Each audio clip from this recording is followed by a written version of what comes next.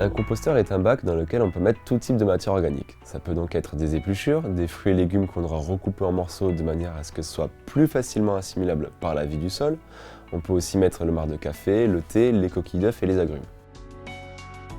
Par contre, on va éviter d'y mettre tout ce qui est viande, poisson et produits laitiers, qui sont aussi des matières organiques, mais qui peuvent être source de mauvaises odeurs. Pour tous les déchets issus du jardin, il sera possible de les composter, il faudra seulement penser à les retailler assez finement pour pouvoir les incorporer facilement dans le compost. Par contre, on va éviter d'y mettre les tontes de gazon qui peuvent être source de nuisances lorsqu'elles sont apportées en grande quantité, ce qui est souvent le cas, et qu'il sera plus facile de valoriser en utilisant en paillis par exemple. Une partie de ces déchets issus du jardin sont appelés matières sèches ou matières structurantes. Il s'agit de brindilles, de feuilles mortes ou encore de broyats de bois. Celles-ci sont importantes car elles apportent un certain équilibre au sein du compost, permettant une bonne dégradation et ainsi l'obtention d'un produit final de meilleure qualité. Elles permettent aussi l'aération du compost, empêchant l'apparition de mauvaises odeurs ou encore de gaz à effet de serre. Il faut mettre autant de matières sèches que d'autres déchets compostables dans votre compost. En cas d'absence de matières sèches, vous pouvez utiliser du carton non imprimé.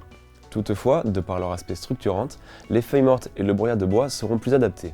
Petite astuce, je vous conseille donc de stocker vos feuilles mortes à l'automne ou encore d'utiliser votre tondeuse pour fabriquer votre propre broyat. L'utilisation d'un composteur se fait en plusieurs étapes. Dans un premier temps, il faut venir vider son bioseau. On recommande de le faire tous les 2 ou 3 jours afin d'éviter l'apparition de moucherons ou de mauvaises odeurs dans votre cuisine. Ensuite, il faudra décompacter l'apport que vous venez de faire afin de limiter le tassement. Pour finir, il faudra le recouvrir de matière sèche afin d'éviter l'apparition de moucherons et d'instaurer une aération naturelle. Si votre compost vous paraît trop compact ou que vous utilisez du carton, il sera nécessaire de l'aérer manuellement à l'aide d'une fourche ou d'un aérateur de compost. Si jamais le compost vous paraît trop sec, il peut aussi être important de l'arroser. Résumons. On peut composter ses épluchures, ses fruits et légumes coupés en morceaux, le marc de café et le thé, les agrumes, les coquilles d'œufs, les déchets du jardin. Comment les composter? Il faut les mettre dans son composteur, décompacter l'apport, le recouvrir de matière sèche.